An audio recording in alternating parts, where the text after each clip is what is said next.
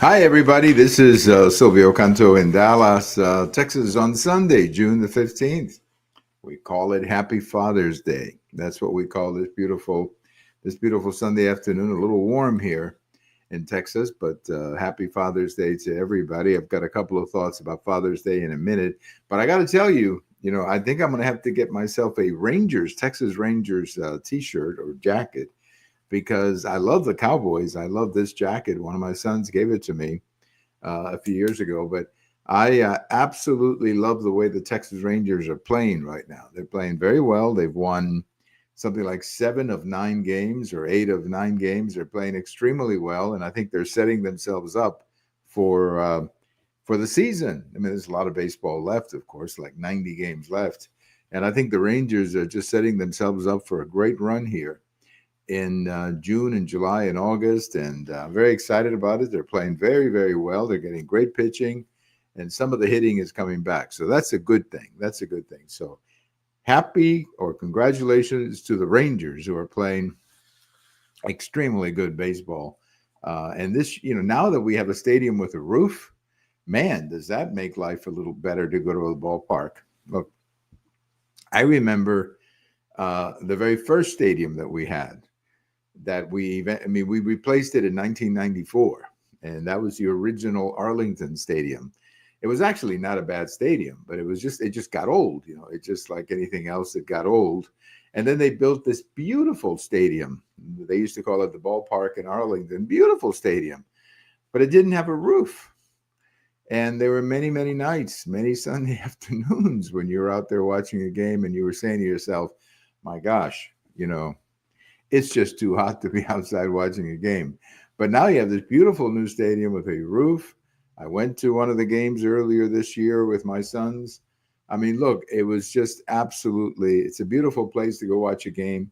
But the idea that you have a roof when it's warm like this outside just makes it perfect. So if you have a chance, get out there and catch a game. It is really a cool stadium. Well, as I say, happy Father's Day to all the dads out there. Happy Grandfather's Day. Some of us have that title as well.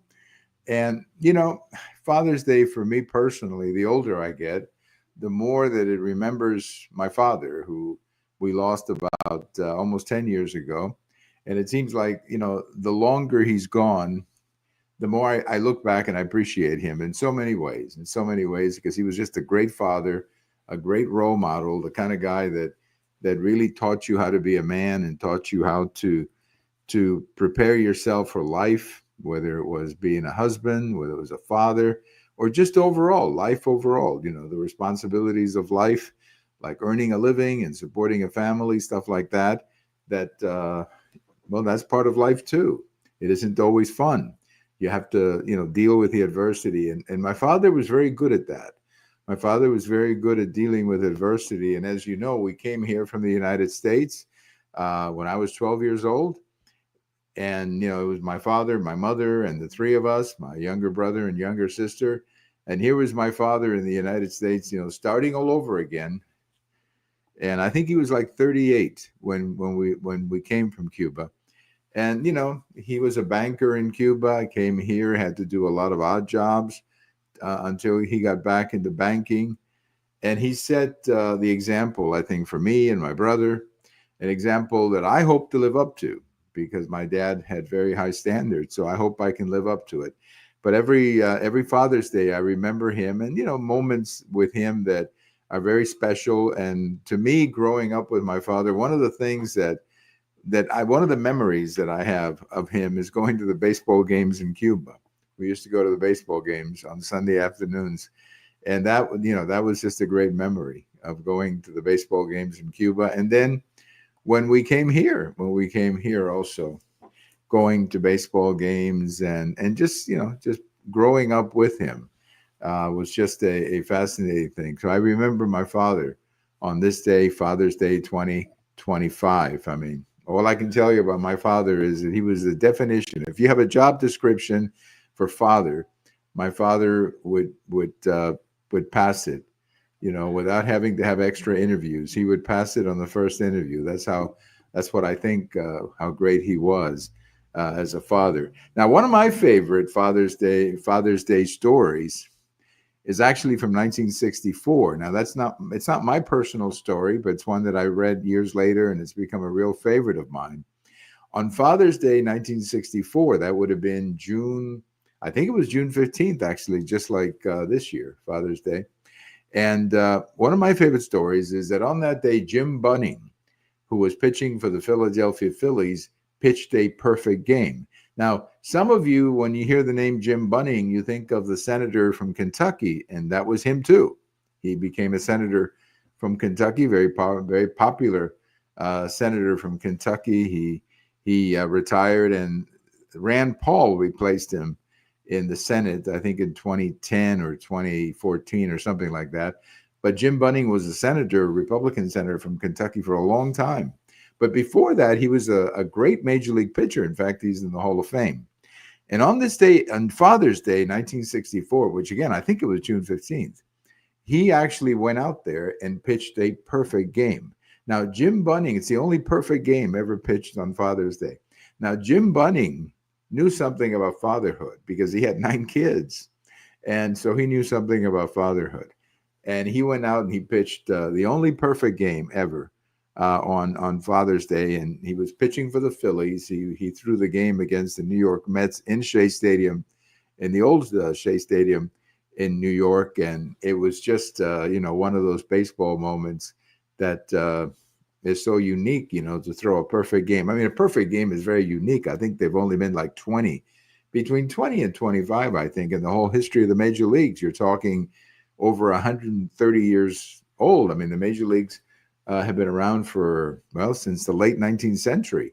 So, I mean, it's been around for a long time. And they've been, I think, between 20 and 25. I don't remember what number it is. And Jim Bunning threw one of those perfect games.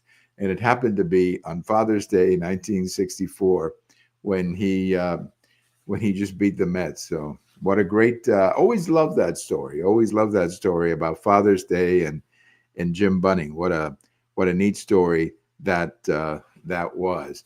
Well, let me tell you about a couple. I have a post over at the American Thinker today getting into some of the political things. I guess they never go away. But I have a post over at the American Thinker today talking about the silliness of having a march against a king. The idea no king's marches, as if we have a king. First of all, if we actually had a king, you couldn't march, because I don't know of many kings or dictators who allow you to march like this and fill the streets and march and have all kinds of signs about them and say all kinds of things about them. I mean, I swear that there must be people around the world, who actually are living in dictatorships, who are actually living in countries where, Cuba, for example, where you don't have these freedoms.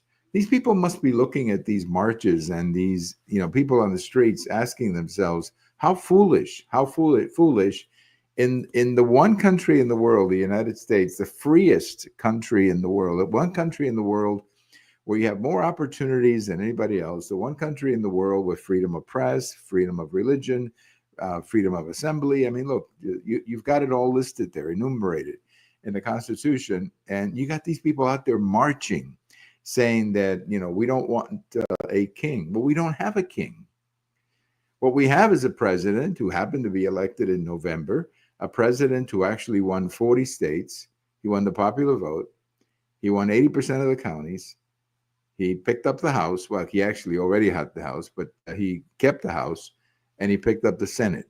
That's what we have.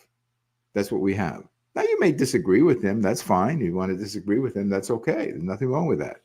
That's what makes us a free country. But my goodness, to be out there marching saying that we don't want a king, I mean, how silly does that get? And then to be confronting National Guard, what that tells me is that these people are not very mature, and they're not very knowledgeable either. Because if you think that we have a king in the United States,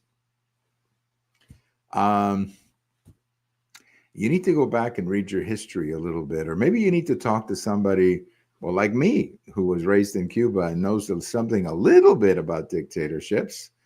I was 12 when I left, I know, but I know a lot about it.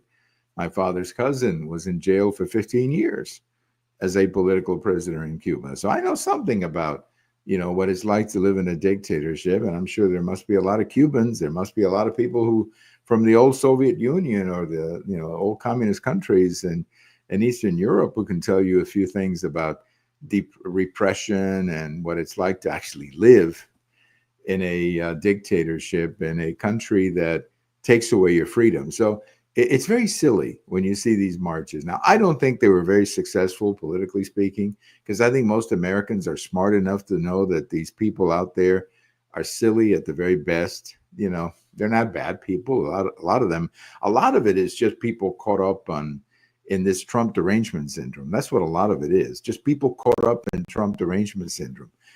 Trump makes a lot of these people do a lot of stupid things and engage in very stupid reactions. That's one of the things about Trump that I think really stands out. A lot of people, when they see Trump, they become idiots and they become silly and they say things that they have to later on say to themselves, did I really say that?